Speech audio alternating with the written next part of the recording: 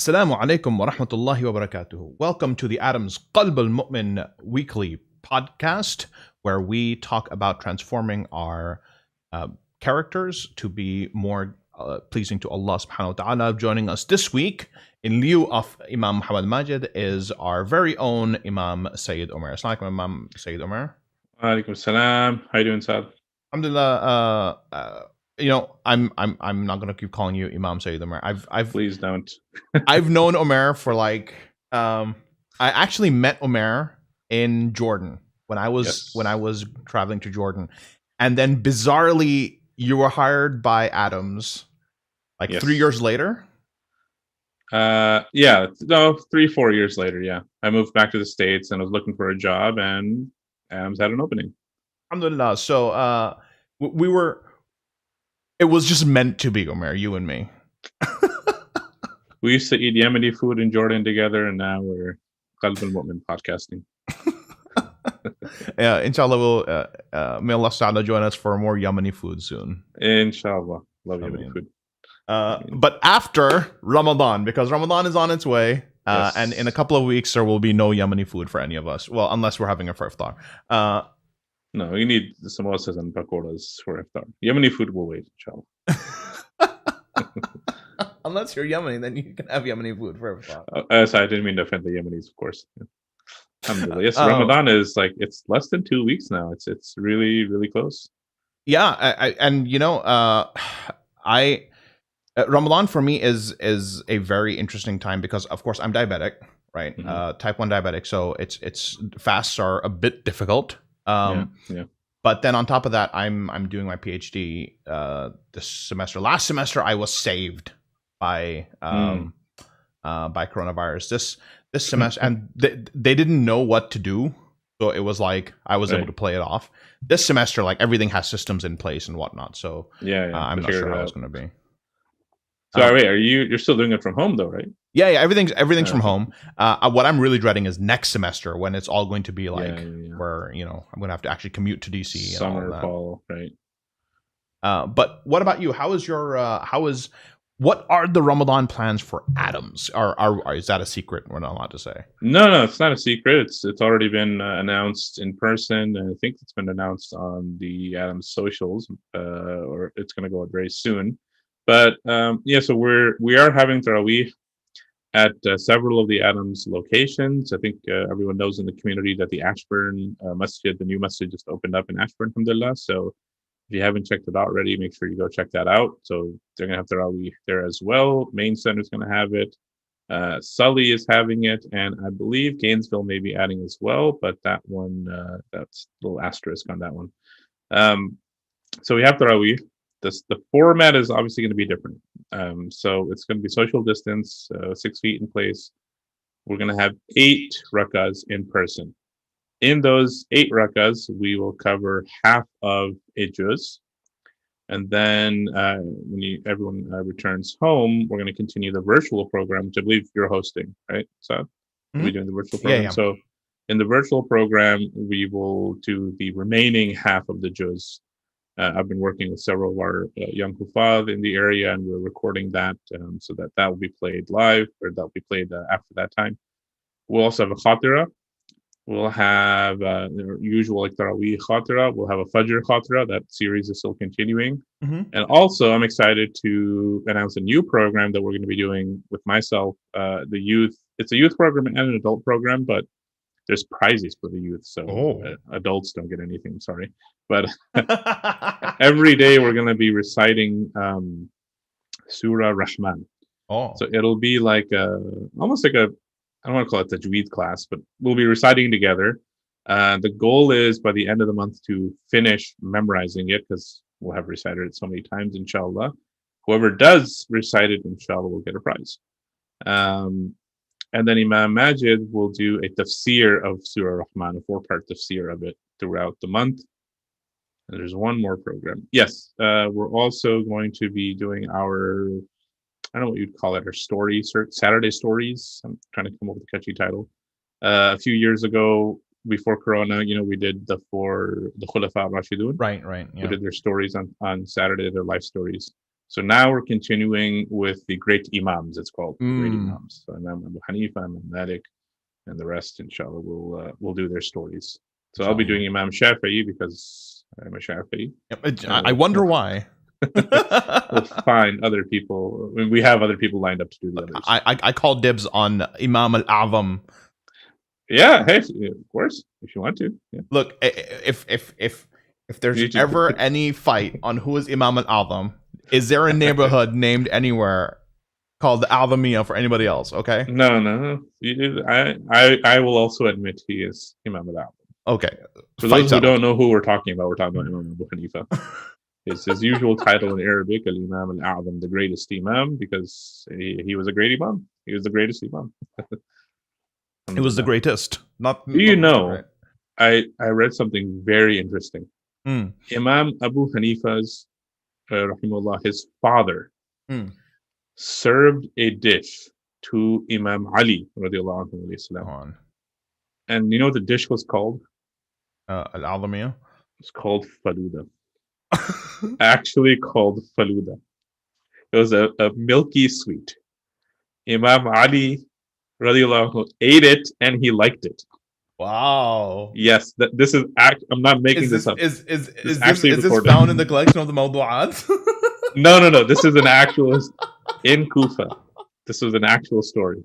In Kufa or in Kulfi? Well, I think the name has like a Persian pronunciation. I think faluda is like the Urdu. There's like another pronunciation for it, but I mean, you can tell the dish being referred to is faluda. Okay, all right.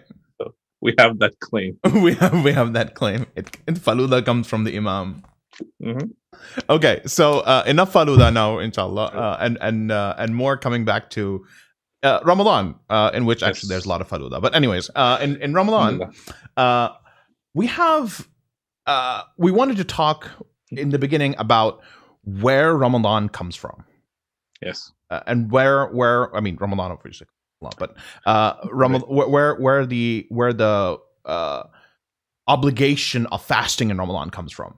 And you wanted to start with the story of actually how it becomes obligatory. So why don't you start with that? Yeah, sure. Alhamdulillah. So Ramadan is I'll call it a later phenomenon in the life of the Prophet Sallallahu Alaihi Wasallam. It's not something that was there from the very beginning. It's actually a Madani phenomenon, if you want to use those terms. So Ramadan, where are we commanded to fast in the Quran? It's Surah Baqarah. Right? Baqarah is revealed in the early stages of Medina. And Baqarah, for the people that are interested in tafsir, is really a story about, it's like a compare and contrast story between the Ahl Kitab and the Muslims, right? And there's a lot of interesting theories about it. Actually, if anyone is interested, you can talk to me more about it. There's a lot of cool structures and stuff in Baqarah that really, like, there's a ring theory about Baqarah. I'm not going to get into it, but it's really cool. Anyway, one ring to rule them all. In Baqarah, bind them now. I honestly, I really don't like these structure theories personally. Yeah, I'm not really. I haven't really gone too deep into that. They're interesting though. I mean, you got to say they're interesting, whether you agree with them or not. They're cool. But anyway, in Baqarah, so Baqarah is early Medina. In Baqarah, we get the first commandment to fast, and Allah Subhanahu wa Taala says, "Ya ayyuhalladhina amanu kutiba alaykumus siyam kama kutiba ala alladhina min qablikum la'allakum tattaqun." Right. So Allah tells us, "Oh, you who believe, fasting is prescribed upon you, just like it was prescribed upon the people before you, so that you might gain taqwa." Right. So in this ayah, we have a number of interesting things. Right. We have fasting being prescribed like it was prescribed to the people before you. So there's like a connection being made. Right. This is not some new thing that Islam brought from, or Allah subhanahu wa ta'ala revealed out of nowhere.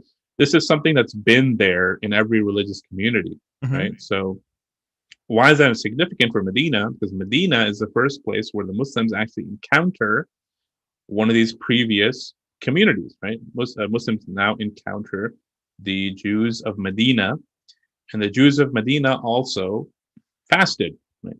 Mecca, they may have had some remnants from the time of Ibrahim alayhi salam or something, but not really, right? And they were obviously not Ahl Kitab. So in Mecca, we don't have this phenomenon. But in Medina now, it's almost like a counterpoint to the Jewish people there that, hey, we're not so different from you, and our religion is not coming from a different place than your religion came from. Look how we're doing the same thing you're doing, right? And Allah is commanding us to do the same thing that He commanded you to do. So it is a universality, I guess you could say, or the way I like to think of it is it's like a continuation, right, of the previous prophets' practices, alliteration aside. So fasting is almost like connecting the different traditions. Yeah, exactly. I mean, there's, if we look even at like, sorry for a background, I'm a religious studies major, so I look at a lot of comparative religion, but like, there's a lot in common that we as Muslims have with the previous religions, right? Especially the Ahl Kitab, the Jews and the Christians. So like, even the way that we dress, the keeping of the beard, the cutting of the fingernails, and all these like outward appearances, these go back to you can find very similar commandments in the Torah, right? Actually, a lot of the things that the way we dress would fall under what are called the Noahide commands, which are like the way that Nuh alayhi salam, according to the Jews, distinguished himself from other peoples, right? Like his mark of sanctity. So yeah, there's a continuation, right? Where Islam is, and Islam says itself that this confirms what came before it. Right? The Quran itself says this is a book that confirms what came before it. So it's a continuation. When we look at fasting, right? One of the really interesting elements about fasting and about all the rituals in Islam is that there are outwardly aspects to it, and there's inwardly aspects to it, right? And next week, we're going to talk extensively about the inwardly aspects about fasting, right? Leveling up your iman and your taqwa through inwardly aspects, like like an RPG character almost. But this week, we want to focus a lot on the outwardly aspects of fasting. If we can talk a little bit about before we go jump straight into the outwardly aspects, if we can talk a little bit about how the Sahaba and how the Rasul Sallallahu Alaihi Wasallam used to kind of perfect the outwardly aspects of their own fasting. Yeah, I mean, subhanAllah, one thing I'll say about that time period is there was a minimum, right, that Islam or Allah subhanahu wa ta'ala asks of you. So our minimum is, fast the month of Ramadan, or give 2.5% of your charity, or, your revenue in charity, whatever. The Sahaba and the Prophet sallallahu alaihi wasallam, obviously, but the Sahaba, they never just looked at it as, oh, this is the minimum I can do. Okay, well, let me just kind of coast. All right, I'll do the bare minimum, and I'm just going to go on with my life. Like paying your taxes. Yeah, exactly. Yeah. So, I mean, we have the famous story of Abu Bakr radhiyallahu anhu giving his entire estate of wealth, right? Not once, by the way, he did it twice. Abu Bakr actually did it twice. He gave away everything he had. And so, they never looked at it as, oh, okay, well, Ramadan is coming, it's 2 weeks away, or I better, start thinking about fasting now. I mean, these guys were fasting constantly, right? Even the Prophet sallallahu alaihi wasallam himself, it wasn't just his Monday and Thursday habits. This hadith narrated about how sometimes he would fast the entire month of Sha'ban, the month that we're in now. He would literally fast the entire month just to prepare for Ramadan, and because this is a very blessed month as well. We have the fasting of the white days as well, like the days of the full moon. We also actually have it's a very minor sunnah, but not many people practice it anymore. I'm not sure you can say white days anymore. I think you have to say clear days. The full moon days. Let me be very specific. Exactly, the full moon days. Yes. The 3 full moon days. Also, the Prophet actually fasted the 3 new moon days. I was about to say something else. He fasted the new moon days as well. So, I mean, when you do something more and more, right? When you get accustomed to it more and more, it becomes part of like your practice, right? It's just like going to a gym or lifting. Actually, I gave a khutbah the other week and I talked about going to the gym, and I said I don't really go to the gym, but anyway, I'll give you the example. When you go to the gym, right? You're not just gonna go straight. I used to go to the gym when I was in college. I'm sorry. I went to the gym once, and I hurt my back. Oh, and I took this as a sign: do not go to the gym. In my college days, alhamdulillah, in ancient Egypt, I was a gym guy. Bronze Age Egypt. Used to lift with the pharaohs. Astaghfirullah. I don't know. Anyway, so you don't just go to a gym or think about going to a gym, right? And go and lift the heaviest weights, right? Mm-hmm. I'm not going to go to the bench press, for example, and put on 350 pounds and be like, right, let's go. I'm going to die if I do that, right? So, same thing with fasting. You don't just jump into Ramadan at full speed, like, all right, here we go. Bam, Ramadan's here. I'm going to fast. The body has to actually literally get used to it, right? Many people like first 3 days of Ramadan, like hazy. Your mind is hazy. Your body's really like tired adjusting. And like over maybe the course of a week or 10 days, you finally get adjusted to it, right? The Sahaba, like this was their weekly habit, right? Weekly, we were fasting.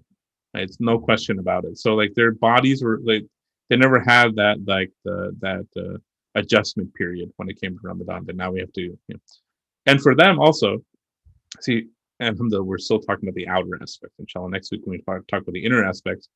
For the Sahaba, the fasting wasn't just I'm not eating, I'm not drinking, right? Fasting was like part of a spiritual regimen, right? So it usually coincided with what we call khalwa, like retreat, right? They're spending time alone, they're reading the book of Allah subhanahu wa ta'ala, they're doing dhikr, they're praying a lot more, praying tahajjud, praying nafil, etc., etc. So they combine the outward aspect of fasting with spiritual practice as well. We'll talk more about that next week. It's not just not eating and drinking. Fasting is a lot more than that. And what to me is really interesting about the kind of outward, just the food aspect of it, right? Mm-hmm. We're talking about all these differences between us fasting and the way the Sahaba fasting. Even during the year when they weren't fasting, it's not like the Sahaba were eating like we're eating. Yeah, no, absolutely not. Like absolutely not.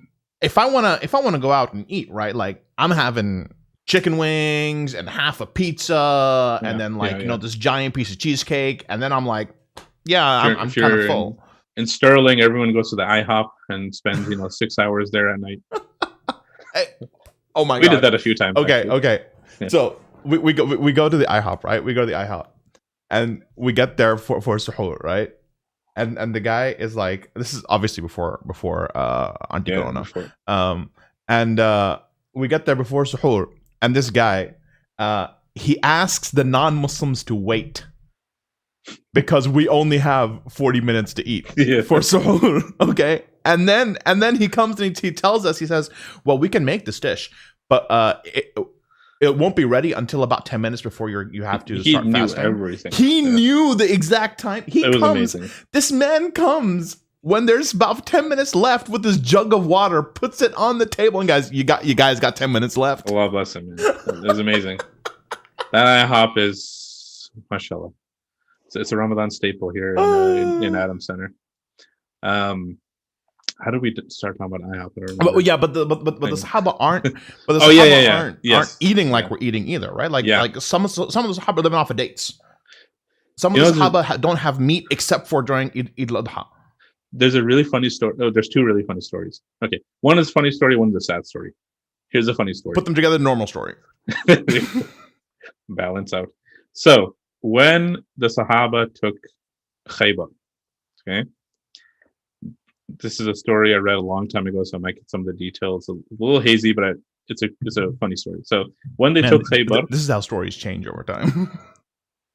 When they took Khaybar, they found in it a an oven where they used to cook bread. Okay, the Jews that were in the fort of Khaybar, they used to cook bread in it, and it wasn't barley. So the Prophet ﷺ and the Sahaba were used to eating barley, right? And they used to eat very coarse barley, like they didn't remove the husks or anything like that. But the in Khaybar they had some different type of grain. I'm not saying exactly what it was because I'm not trying to change the story. But the Sahaba found this and they were like, "Oh man, this bread like that they're eating, we heard it makes you like we heard you gain weight when you eat this bread." So they all started eating this bread there, and they're like, "Why aren't you gaining weight? It's supposed to make you like big right away."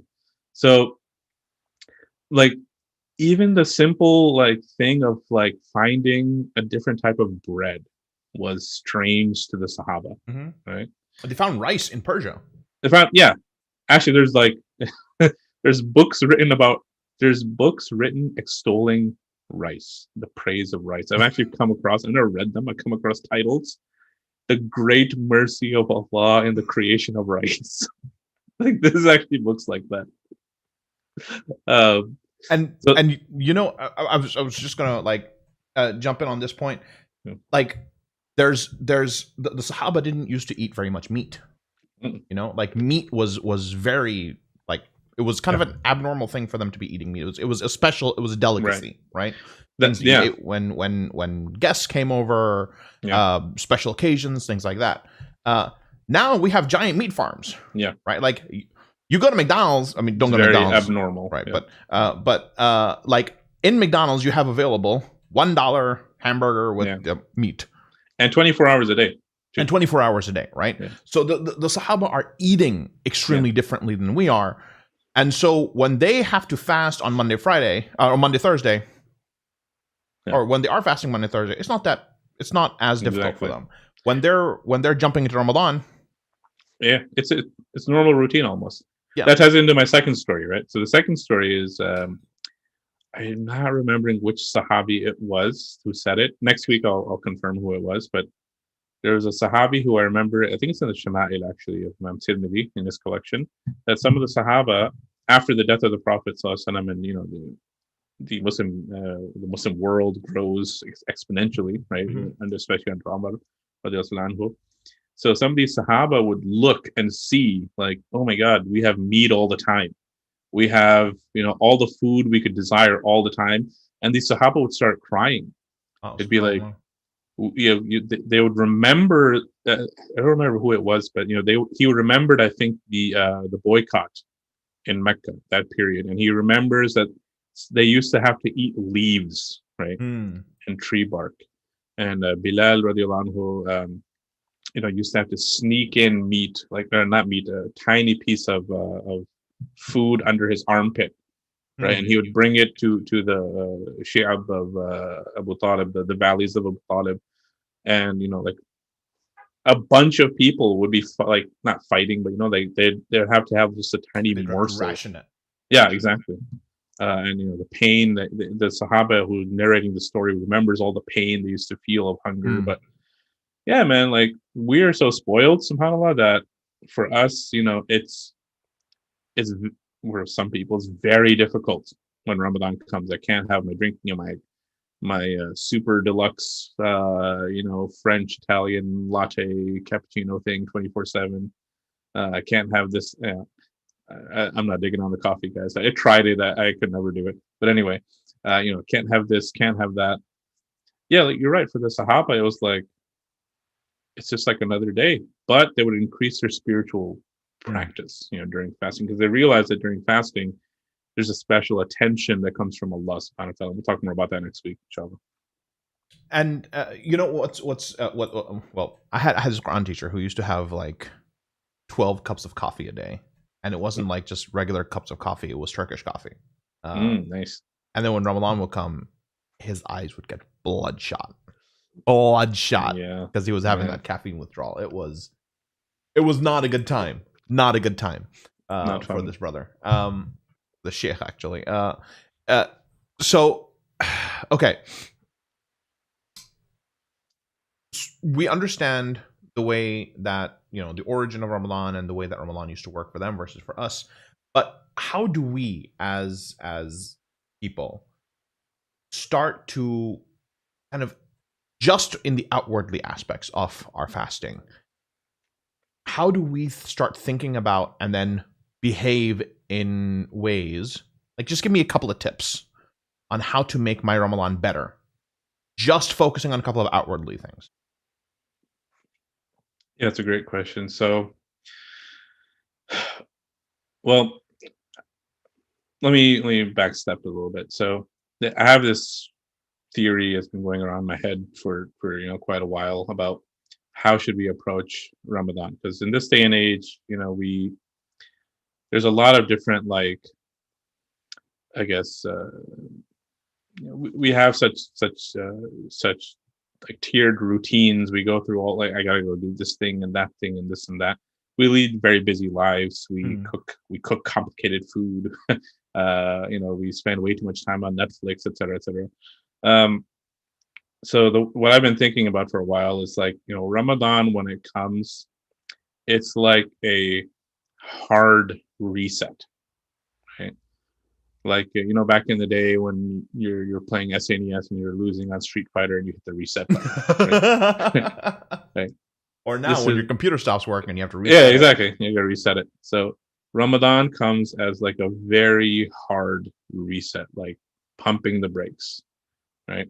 So all of the things that we've been doing throughout the year, taking the kids to soccer and doing this, and now I got to go pick up 3,000 pounds of groceries, and I got to go do this and that, right? Ramadan comes and it's like a brick wall, and it's like, hey, this is not your priority on earth, right?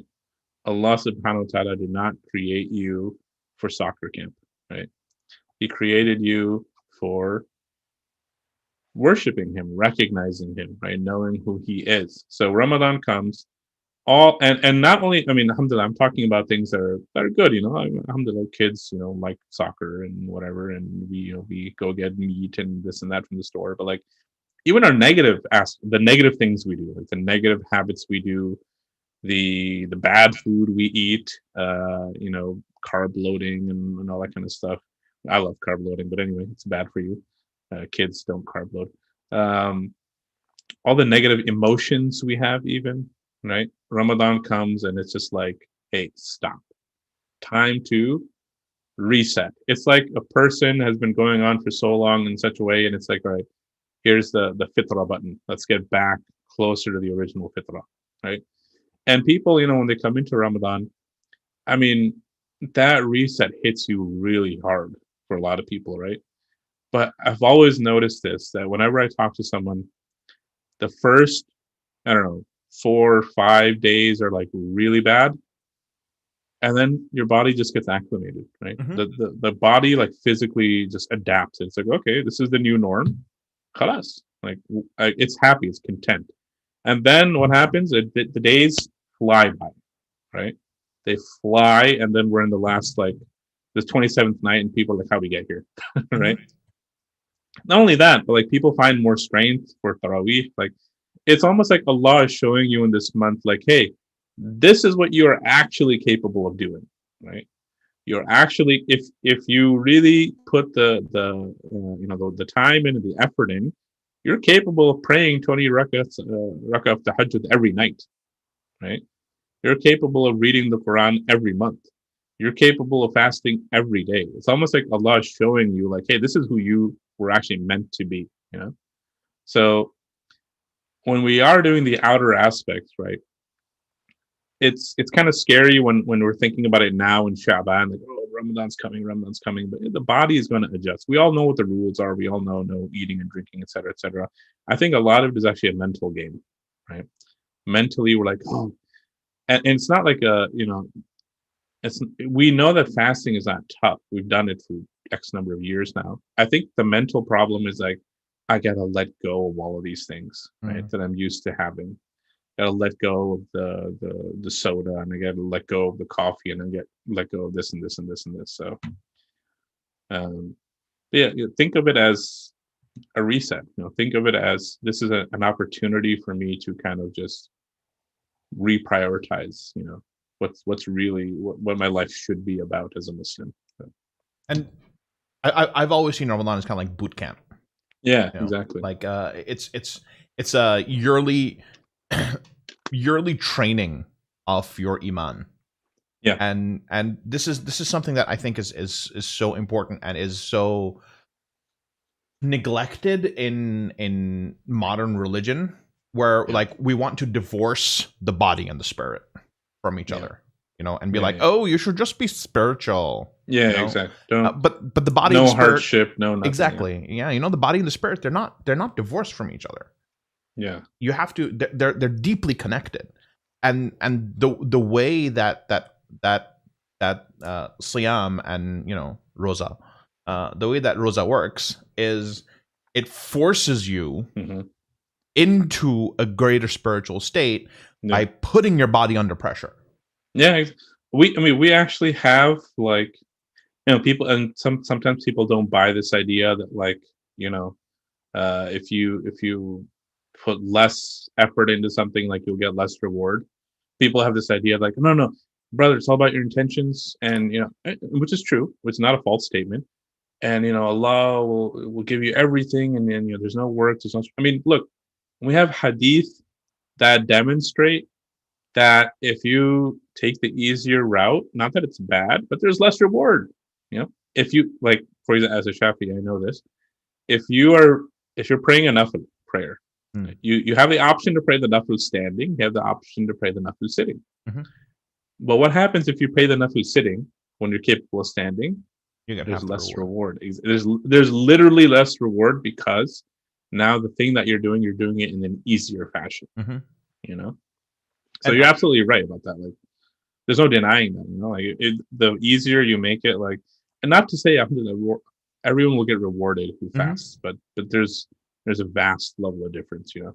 But I mean, of course, that doesn't mean that you put yourself under mental strain either. No, like, of course you, not. you put a nice spread of muffins and like croissants and whatnot in front of you. You sit there, Yeah. like, I'm fasting.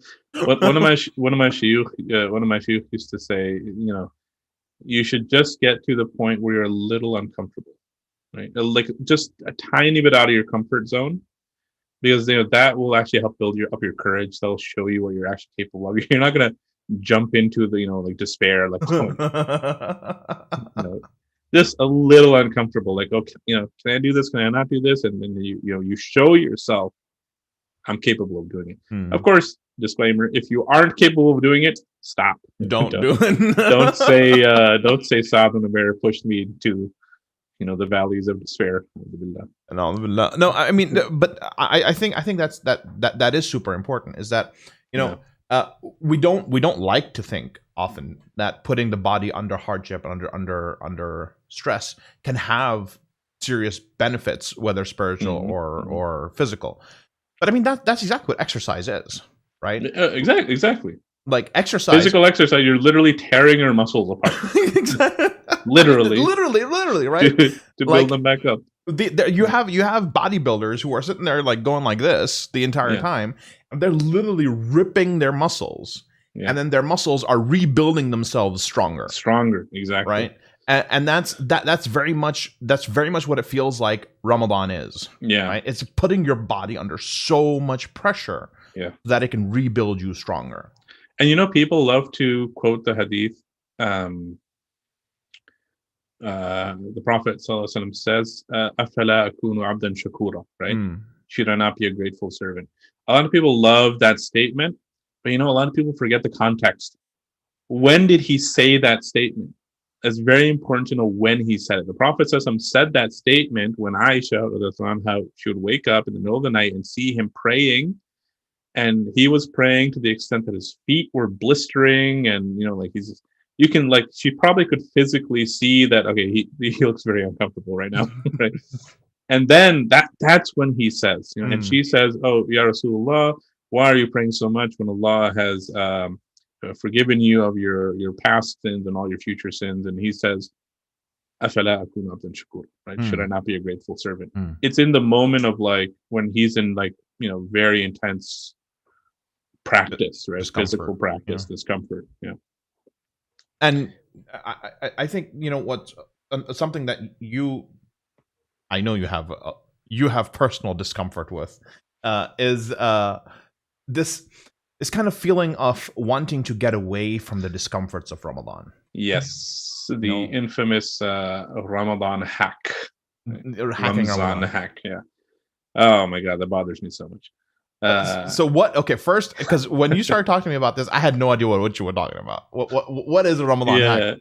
So a Ramadan hack is I don't know when it started, man. I started seeing it on the internet maybe like 5 years ago or so. But it's like, hey, it'll be like a really catchy YouTube video, like, hey, if you eat goji berries and you put in a dandelion root and you get the milk from a camel from Morocco and this and that, and you blend it all in this drink, you will not feel anything this Ramadan, and like it'll be so easy, and the proteins will be releasing in your stomach all day. They bring in all these scientific facts and this and the goji berry special properties, and I look at that and I'm like, wait a minute, why are we trying to erase? Basically, it's like we're erasing Ramadan. It's like we're trying to run so far away, so it's like, it's like we're so bent on our dunyawi routine that it's like we're not willing to even give that up for a month, for Allah subhanahu wa ta'ala. I think you told me about a really awesome video you watched, right? Like a bodybuilder or something. Yeah. So first off, I hear a lot of unresolved conflict with goji berries. I was thinking of the first. I was about to say kale. I was thinking of the first like trendy food to come to my mind. But then I have unresolved conflict with kale. Okay. Listen, I don't have anything against these things. I'll take a bucket of fried chicken over kale any day. But any day of the week. Kale is cool. Kale. Goji berries. I never tried a goji berry. Actually, I should try it before I knock it. But I was thinking of a really trendy food item. I was about to say quinoa, but then I realized you don't put quinoa into shakes. Yeah, well, you never know, because those blenders work magically, bro. Those blenders work, man. You get one of those ninja blenders, and you can turn concrete into a milkshake. There's a real ninja inside. He's just invisible. Everything. But I mean, I think you bring up a really interesting point, because if the point of Ramadan, right? If the point of Ramadan is to rebuild a person into like to and we're going to talk about this more next week. But if the point of Ramadan is to break their habits down, through the physical pressures of fasting, and then rebuild them into a greater person, just like boot camp, dude. Just like boot camp, exactly, right? Yeah, just like boot camp. Then hacking Ramadan is just defeating the purpose of it. Yeah, you're circumventing it. You're just like, if you don't feel any, it's like if someone was to come up with a hack for prayer, like, hey, let me, if you do this and this and this, you technically you prayed, so now you can get out of praying. Like, there are hacks for prayer. Yeah, I know. There are hacks for prayer. No, but we would look at that and be like, okay, wait, something's off with that. But like with Ramadan hacking, I don't know. I mean, I hope it's not trending, but like, guys, Ramadan is supposed to be tough.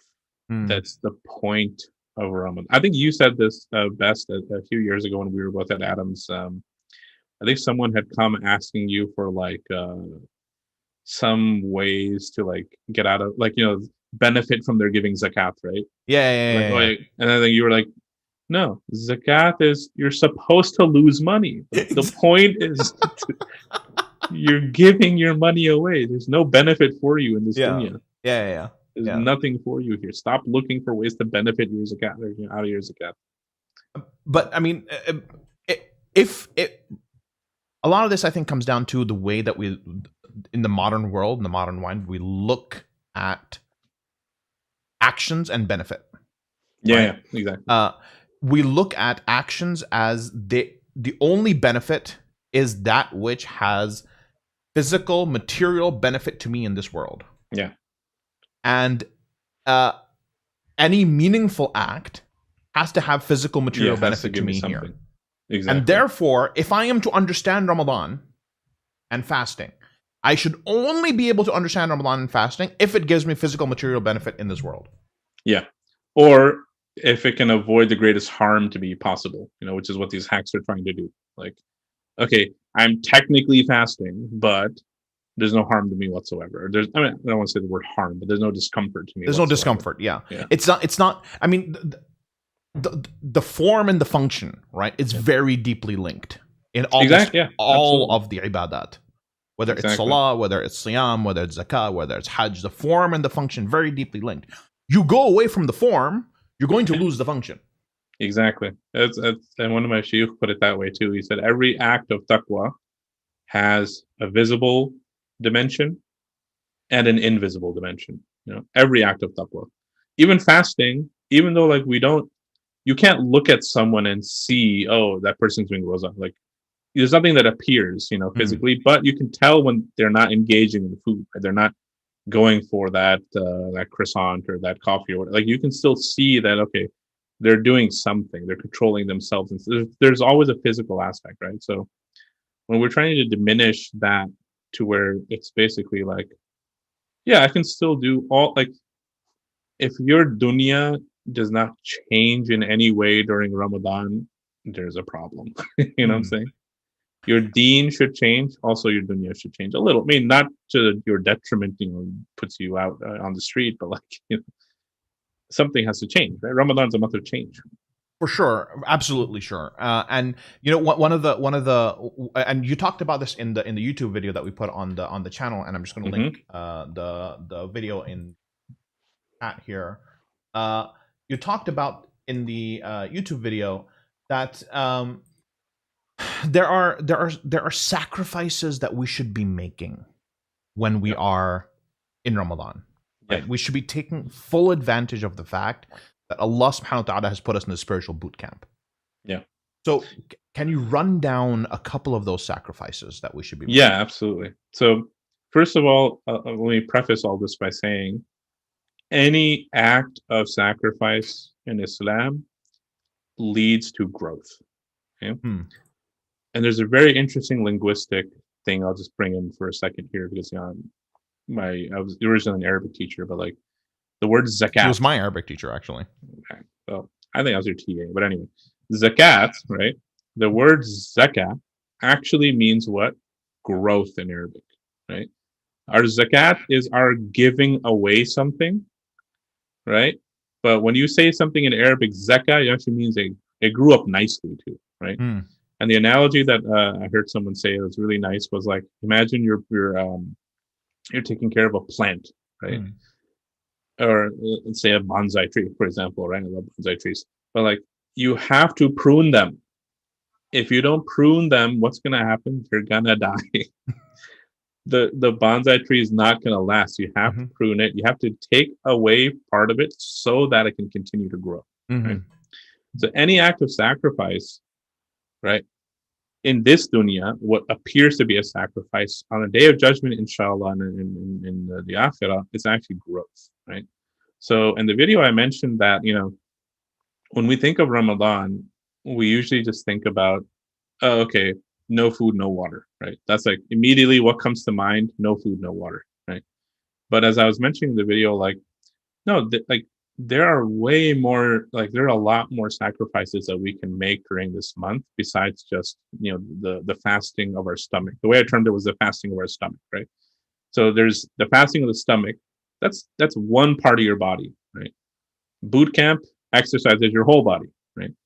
So we also have the fasting of the eyes, for example, as I mentioned in the video, lowering our gaze, turning away from things that are haram, that Allah does not want us to look at, and turning towards those things which we should be looking at. So there's a way we can sacrifice with our eyes.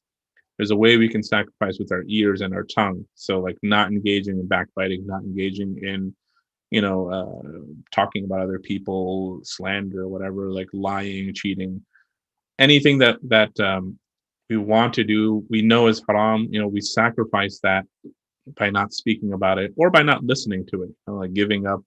If you're listening to, stupid music. I don't know what other way to say it. Replacing that with something else, for example. Replacing that with listening to something better, or listening to the Quran if you can, or listening to Qalb al-Mu'min podcast. Plug it. Plug it. Yeah, the Qalb al-Mu'min YouTube channel, the Qalb al-Mu'min Twitter, the Qalb al-Mu'min Facebook group. So yeah, engaging in that. So there's a way to sacrifice with your ears and your tongue. There's a way to sacrifice with your hands. There's a way to sacrifice with your feet, right? Making sure you're going to the right places, controlling your body, not going to places where there's temptation, not going to places where that, okay, if I go here, I'm going to do something haram. Controlling yourself, basically. Controlling your body, making your entire body that vehicle for sacrifice, right? If you want to know more about that, watch the video. So. And what really gets me, and I think this is a really good tie-in to next week's topic, is Ramadan basically uses your body to force you into taqwa. Yeah. Because when you feel hungry, you remember Allah. Exactly. When you feel angry, you remember Allah. When you see, or you should, ideally. Yeah, right. But when you see the haram, you remember Allah. Yeah. Because usually you see a poster on the wall and you feel a bit conflicted. You see a poster on the wall during Ramadan and you immediately remember you're fasting. Yeah, exactly. You know what I mean? So it's everything. Your body reminds you of Allah. Mm-hmm. So here's the question that I think that's super important during Ramadan is when we're in this state where the pressures of the fasting have forced us into a continuous remembrance of Allah. What kind of how do we best take advantage of that state that we've been put in? To kind of continue that after Ramadan? That is a great question. And we'll definitely have to lead that into next week as well. But I think for me personally, whenever Ramadan ends, I get a little sad. Not because I don't want to be like the sappy guy. Oh, Ramadan, our guest is gone. No. Ramadan makes me realize, like, man, I can be so much better, and I'm just not doing it. In Ramadan, Allah has forced me and literally proven to me with my very own eyes what I'm capable of. And that's the thing. Ramadan is not us warping into some dimension where, like, Ramadan is like, it's the Marvel here multiverse. Yeah, exactly. Doctor Strange isn't there. He's not using his ring to, we're here. We're the same people. We're 95% of what we're doing is literally the same thing, right? But we're just doing it to that much better of a degree, right? And so when Ramadan ends, I'm like, wow, there's a huge difference between Ramadan Omair and Shawwal Omair. Oh, that's so hard hitting. I mean, during Ramadan last year, right? I was fasting in the day, Batman at night. No, fasting in the day, hosting the Tarawih at night. Yeah, writing my papers, doing my TA work, reading Quran because the Tarawih Quran didn't count for me. I'm Hanafi, right? Like the not Tarawih because that wasn't Tarawih, right? It was recitation. It was recitation, right? And it wasn't even my recitation because it wasn't live. So Hanafi rules, right? Hanafi rules. And then reading my own Tarawih, right? Yeah. And getting like 4 hours of sleep. And I was doing this for like 30 days, right? And you did it, right? And I did it. And I did it. And I was super productive. And I felt like COVID Ramadan was one of the best Ramadans ever had. Yeah, I felt the same way. And I've actually heard that from a lot of people, that COVID Ramadan was like one of the best Ramadans I ever had. But it was a hidden blessing. Yeah. But what's amazing to me is that, like, the moment, like, just as you said, right? Shawwal comes, and then like that Superman me turns into like I don't know what's Clark Kent turns to Clark Kent. Clark Kent, right? Well, Clark Kent's still hidden Superman. Oh, that's actually really good. That's really. He's good not using any of his powers. He's not using any of his powers. He's a weird journalist that puts on glasses. I have glasses too. Hey. Yeah, no, I mean, and like nothing has changed, right? It's just the month has just the name of the month has changed. Like, if you wanted to be that person, what's stopping you other than yourself? That's what always hits me really hard. Like, man, I wish I could be Ramadan Omair all the time. You know? But I mean, and I can, but I'm just not. But there has to be something, right? I mean, like for one, definitely there's like there's a definite like there's just something easier in Ramadan than it is outside of Ramadan, for sure, right? You know what I think it is? I think this is it's kind of like a secret of our ummah. Okay, is when we do things, samosas, isn't it? There's something about when Muslims come together to do something that makes it really special. You know, I think that's what makes our Jummah special. That's what makes our, that's why we're encouraged to pray in Jama'ah. I think if our entire community was to say, hey, every Monday and Thursday, like we're all going to try to fast. And we go through the Ramadan routine. Like, hey, iftar at the masjid, and, so who are all like, come to the masjid, we're going to pray more. We're going to, like, there's even, I mean, I know Taraweeh is a special thing for Ramadan, but if people were even just to get together in the masjid and just even individually pray more together, there's just like a collective energy that comes, right? So, like, if you have a group of friends, for example, or if you have a WhatsApp chat that you never check like I do, or any of those types of things, right? If you have friends or family in the area, like, I would say challenge yourselves. Be like, hey guys, let's not let that Ramadan spirit just wander off. Let's do this every week. Monday, let's start with Monday and Friday, for example, right? And even Allah subhanahu wa ta'ala is almost like is pushing us in this direction because we have the 6 fasts of Shawwal, right? So like it's almost like an encouragement to continue. And then pretty soon after that, we have the 10 days of the Hijjah coming up. So like you can see the encouragement kind of built in there. But it's up to us to do it. It's up to us to keep that connection to the Quran. Famous hadith of the Prophet ﷺ, where he asks Allah subhanahu wa ta'ala, Ya Allah, what is the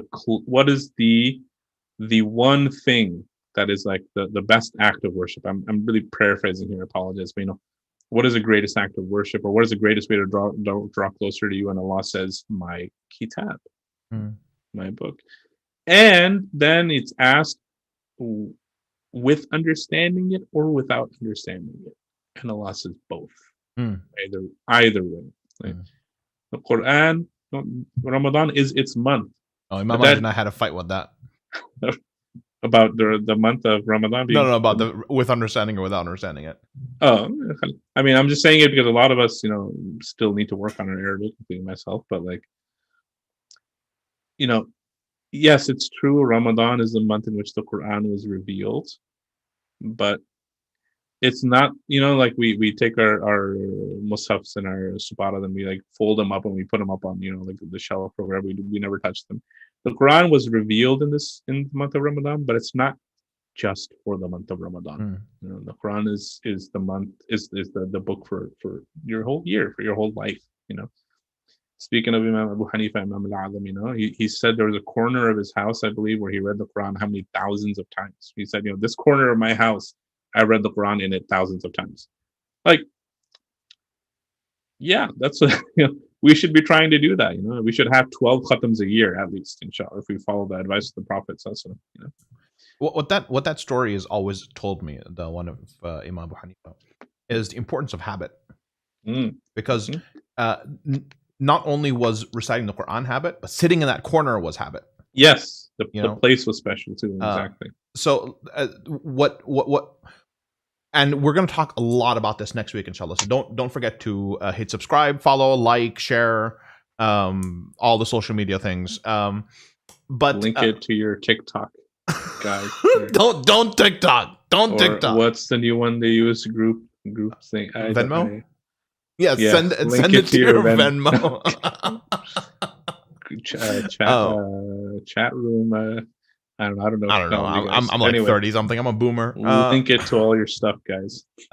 So the thing we're going to talk about, inshallah, a lot next week, and going into this is it's impossible to be Ramadan you outside Ramadan. I think this is just true, right? But you can get close, inshallah. But you're right. There's something special about Ramadan. But I think even if we just take one or two habits that we picked up in Ramadan and pull it out of Ramadan and move on, that over multiple Ramadans can have character shaping, like just transforming power, right? And you hit the most important point is in Ramadan, it's not the physical things that we do that are the most important. The real thing that changes is our character, our inward qualities actually change during Ramadan. So if we can capture some of that, right, that's how we get that transformation, And inshallah, if this is something that we're going to talk a lot more about next week, so don't forget to join us next week at 2 p.m. Same time, same bat time, same bat channel, where inshallah we will be talking about the inward aspects of Ramadan and how to capitalize on the character transformation of Ramadan and carry that forward after Ramadan, inshallah. And how to set up your Ramadan in that kind of vein. So thank you so much for joining us, Imam Syed Omair. My pleasure, brothers. What do they call you now? Pre-PhDs, ABD, Saad, Yacoob. ABD, assistant bachelor's professor. I'm gonna start calling you a professor. Professor Saad Yacoob. I'm not a professor. I'm just a dude. Just call me just a dude, Saad Yacoob. Dude Saad Yacoob. There we go. That's a good title. Okay. So thank you so much for joining us, and inshallah that concludes our session. And may Allah Ta'ala bless us all to be able to see Ramadan, and gain from Ramadan, and be our best selves in Ramadan. And inshallah carry that forward after Ramadan. Allahumma ameen, and thank you so much. Assalamu alaikum wa rahmatullahi wa barakatuh.